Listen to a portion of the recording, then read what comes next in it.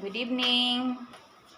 So karon nga gabi guys, mga brad and sis, ay mag-vlog tayo. Maghanda tayo ng mga pagkain para sa ating mga chicken. So papakita ko mga native chicken, so mga Shamo, mga Rhode Island. So ipakita ko sa inyo ang mga alternative foods. Kunti lang ang feeds nito. So ito guys ang mga pagkain natin. So, blessed tayo ngayon kasi maraming pagkain guys. Galing sa palengke mga overripe.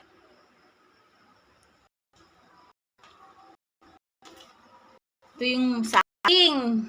Ito, overripe. So, ito pagkain natin sa mga chicken. Tsaka ito, dami ito. Isang sako ito kanina guys. So, ang iba pinakain na.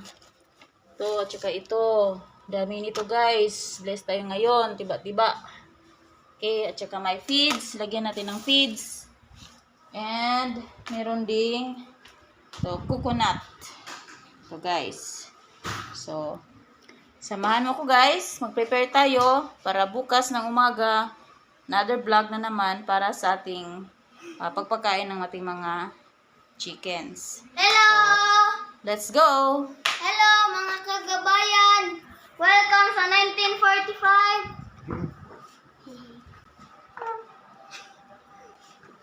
Kita mo. Kita mo nakita. Ako lagi nakita.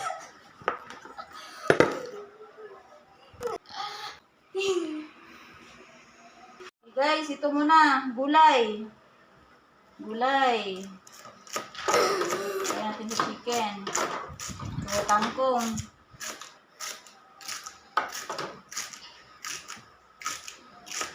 Prepare tayo para bukas, para diretso na. Oo nga, para masarap. Alas 6. Ano sa video? Kain tayo ng mga chicken. Yes. Para healthy. Na? Yes, healthy. Mga alaga ni GL. Ako ga. Pa cigarette. It's okay. It's okay. It's Friday. Halo to guys.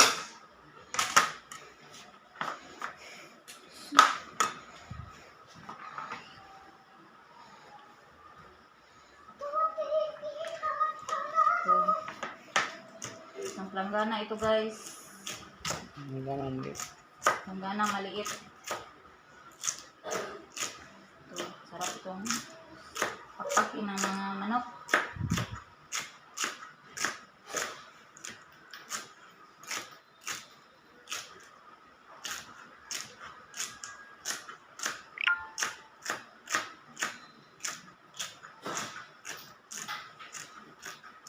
Okay.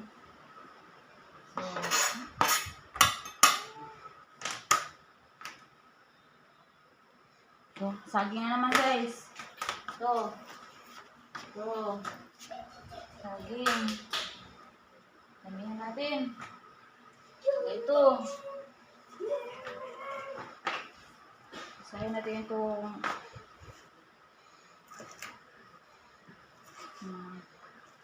ito guys, pwede ito kainin ng kambing. Pwede yan. Kambing. So, tundan. Sarap.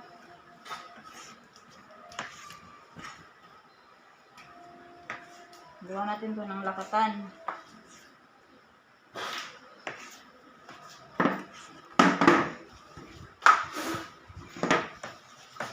Ito lang guys. Hiwa lang.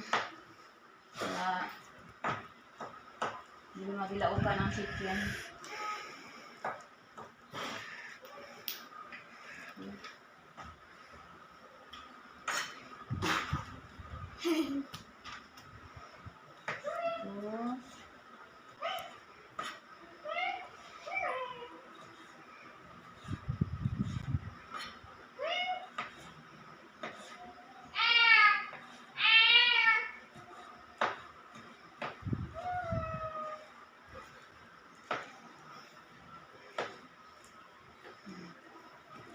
Ito guys. Anis.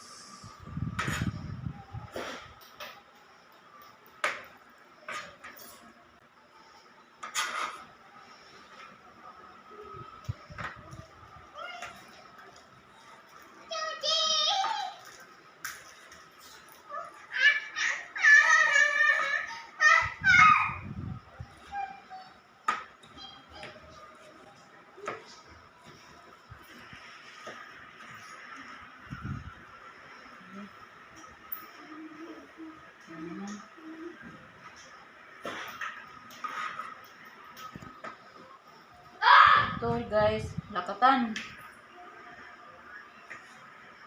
Right.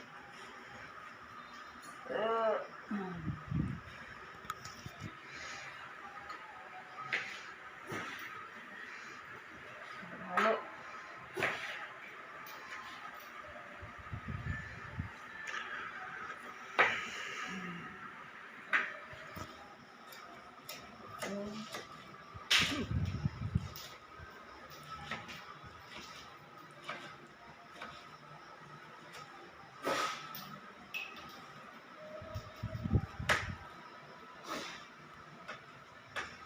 Yan itong pagkain guys kay saging, lakatan, tundan, tsaka ito, kasaba, kompleto.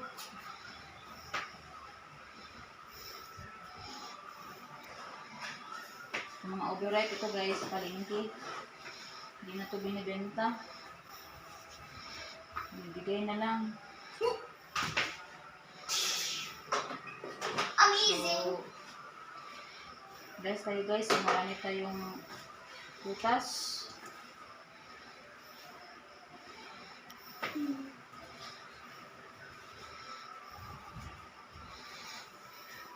Minsan meron tayong ano din, papaya.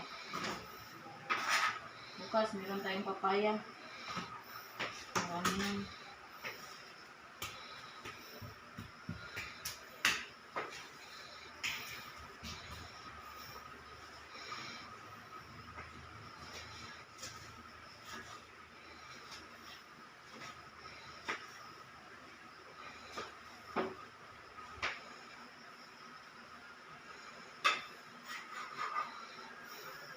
Ayan.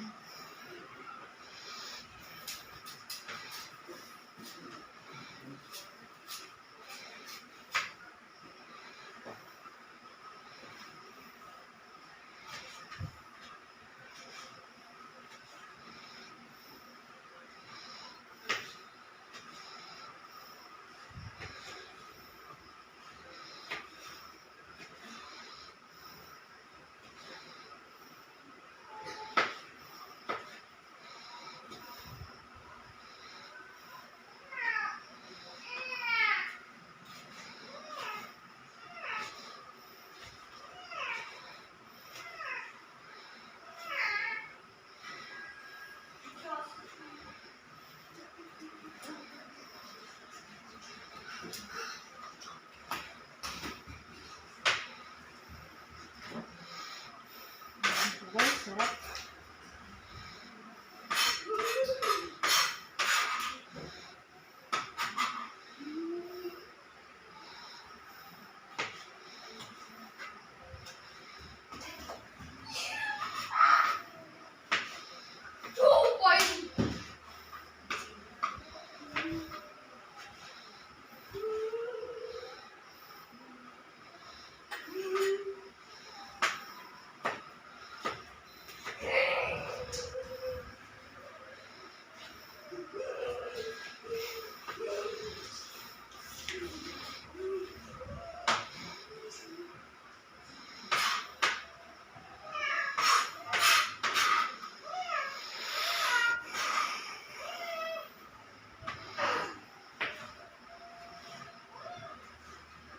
So mga brad and sis, ito lang mga advice namin sa mga backyard growers.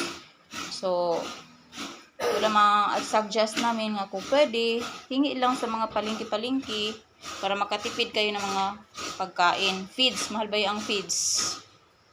So, kung sa 50, around 50 to 60 chickens, kung feeds ang ipakain ninyo, so makagasto kayo ng mga 100 to 150 per day kung i-pure feeds. So, pag ganito, 200 per week lang. Try nyo guys. Try nyo brad and sis. So, tested to tested. Tiyaga lang, hingi lang ng hingi. Or pwede, bilhin na ng mura. Para may pagkain kayong gulay. Kompleto ito. Gulay, prutas. Kahit anong prutas. Melon. Papaya, mga gulay, kalabasa, sitaw, talong, anything. pechay, cauliflower, mga repolyo, kahit ano. Kainin ng manok. Basta nasa free range lang. Kahit anong kakainin.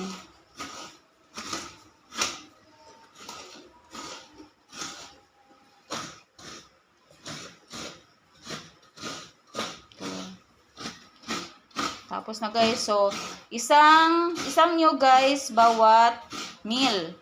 So marami man tayong nyog, hindi ito binibili. So bawat meal nito, in a day, 3. So dapat may nyog. Kung wala kayong nyog, pwede mang wala, pwede gulay na lang at saka feeds. So dagdagan, lagyan natin ng feeds. Lagyan natin ng feeds na 5 scoops lang. 5 scoops. 1, 2, 3, 4, 5. So, ito na guys. Halo-haluin. Bukas na natin haluin. Lagyan ng water. Okay. So, ito na guys. Ang finished product ng alternative natin sa feeds. So, ito yung including itong 3 klaseng saging, may kangkong, at saka feeds, at saka coconut. Ito guys, so ito lang vlog ko ngayong gabi guys. Salamat po sa panonood. Thank you guys. Thank you brother and sis. Please like and subscribe and share. God bless. Thank you. I'm Fred.